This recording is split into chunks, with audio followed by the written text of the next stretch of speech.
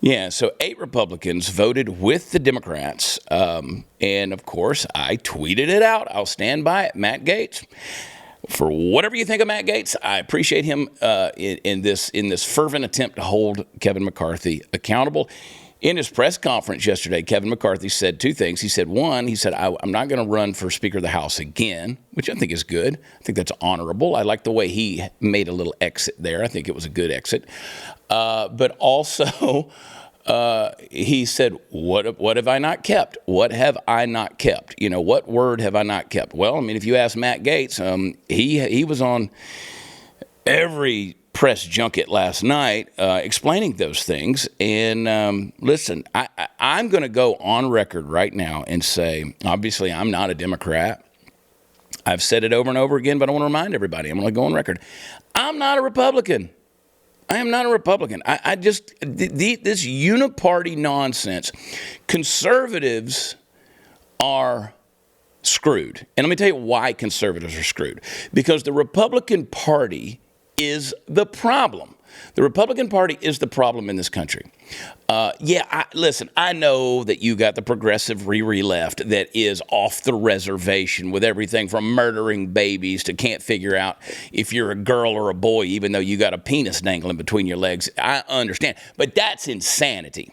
We're not even dealing with common sense or logic when you come to these people. They're off the reservation. They belong in a mental institution. So obviously we know. But see again, that level of insanity run amok is problematic. We know that's crazy. Like, that leads to a dangerous world. But here's the thing. Normally, there are some people out there that kind of safeguard the rest of society from that type of nonsense. And you would think that those who claim to have conservative values and common sense would be the ones who stand in the way. But no. These so-called Republicans, they're not doing a damn thing. They're not protecting the world from the insanity, whether it's the spending, whether it is the border, whether it is the crazy progressive cultural, postmodern existentialism that's parading itself around with all of this confusion. Republicans are the problem because they're mindless, they're gutless, they're spineless, they have no plan, they never have a plan. You remember when Donald Trump got elected, and at the time, everybody thought Hillary was going to get elected. She was supposed to get elected. She was the next installment. And everybody was pushing back against Obamacare. And Republicans didn't expect to get power back. They didn't have a plan. What was their plan to replace Obamacare, to repeal Obamacare? They couldn't do it because they didn't have a plan. That's the story of the game. The Republicans, and Daniel Horowitz, actually, if you go to theblaze.com, Daniel Horowitz has written an excellent article basically to the tune of that same title, The Republicans Are the Problem. And yesterday's debacle was exactly that. It's a debacle.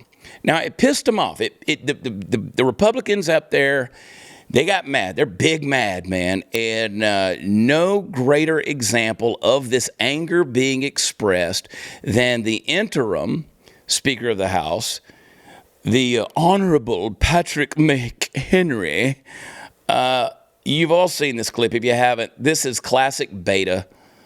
Play clip number 6. For the relative caucus and conferences to meet and discuss the path forward. Accordingly, pursuant to Clause 12A of Rule 1, the Chair declares the House in recess subject to the call of the Chair.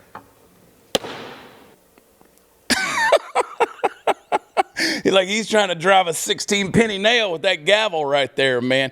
Like he reminds me of, you guys had to remind me of the name of Smithers, Montgomery Burns' assistant on The Simpsons.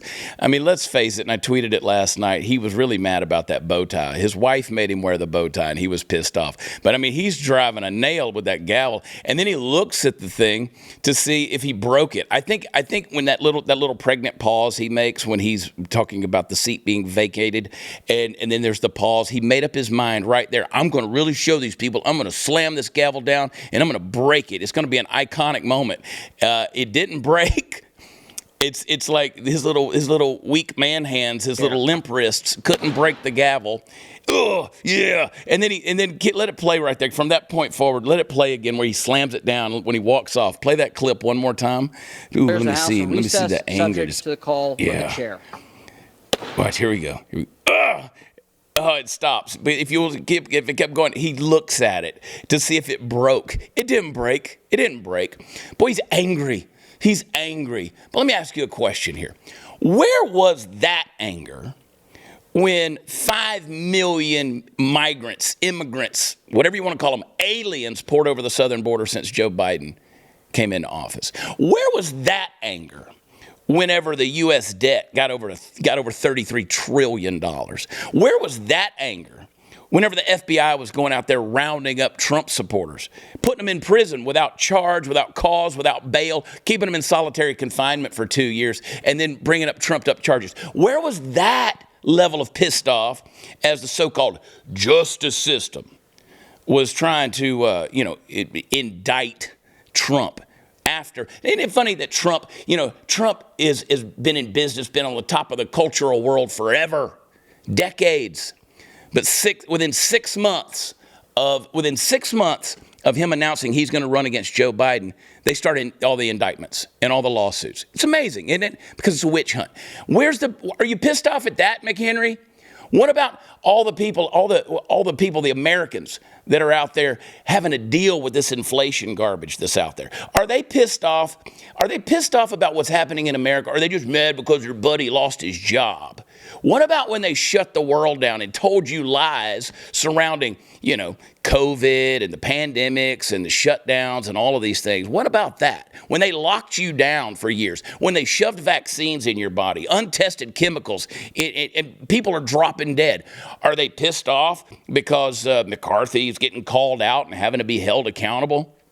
What about that? What about Joe Biden peddling influence? What about Hunter Biden? What about them stopping and censoring the laptop? What about him getting checks and using burner phones and pseudonyms? They're more pissed off with Matt Gaetz than they are with Alejandro Mayorkas or Christopher Wray or Anthony Blinken or Merrick Garland, or the fact that Pete Buttigieg doesn't have a clue what he's doing.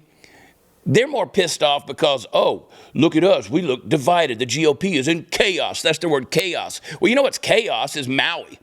Chaos is East Palestine.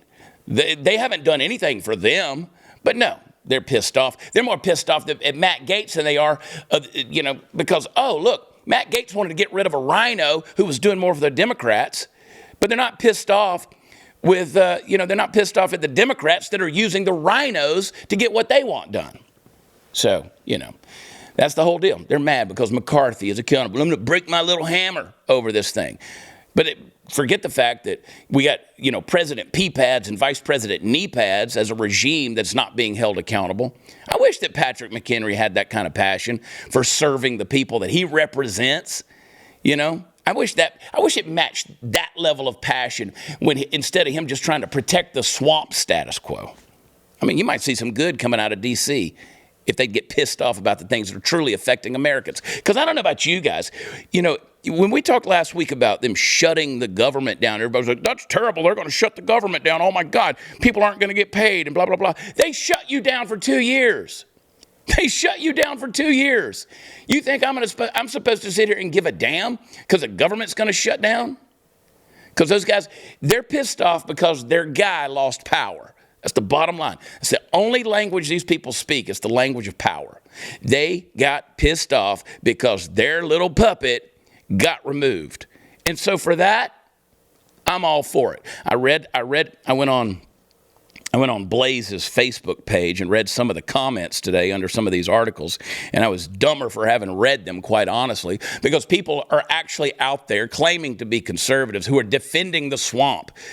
Kevin McCarthy never had your best interest. I'm not convinced anybody in the Beltway has your best interest. So quit defending them. They're not coming to save you. They've already demonstrated what they'll do. They're going to shut you down at the first opportunity they get. We talked about it yesterday. They're going to limit your travel. They're going to keep you in debt. They're going to keep you dependent. So shut the whole damn thing down. It's useless. It's worthless. And God forbid you don't send them a check on April 15th and keep paying for their nonsense. Do you realize that since February of 2022, they've been sending $223 million a week to Ukraine? No, I'm sorry, a day. 223 million? I mean, if anybody ought to be pissed off, it's Vladimir Zelensky, because now with no Speaker of the House, they got to shut down some of the spending. They'll find a way. But no, they're pissed off. He slammed his gavel down. He wanted to show his little tough guy little spiel, all because his puppet got pulled. They didn't like it. They didn't like it. And they don't like it, because the only language these people speak is power. And when the power is taken away from them, that's the only thing that gets their attention. So I'm telling you, American people, you want to do something, get all of them out, and let's start over with people who have some values. Because the Republican Party's the problem. I could give a damn about the Republican Party the way it stands right now. Oh, and by the way, while we're getting rid of speakers of the House, let me just throw this in there because I care about it. Maybe you don't. Let's get rid of that douchebag in Texas, too, Dade Phelan. That Speaker of the House is garbage, and he needs to go as well. See, when people don't do what your values are, you get rid of them. You get rid of them, and you find somebody else that will.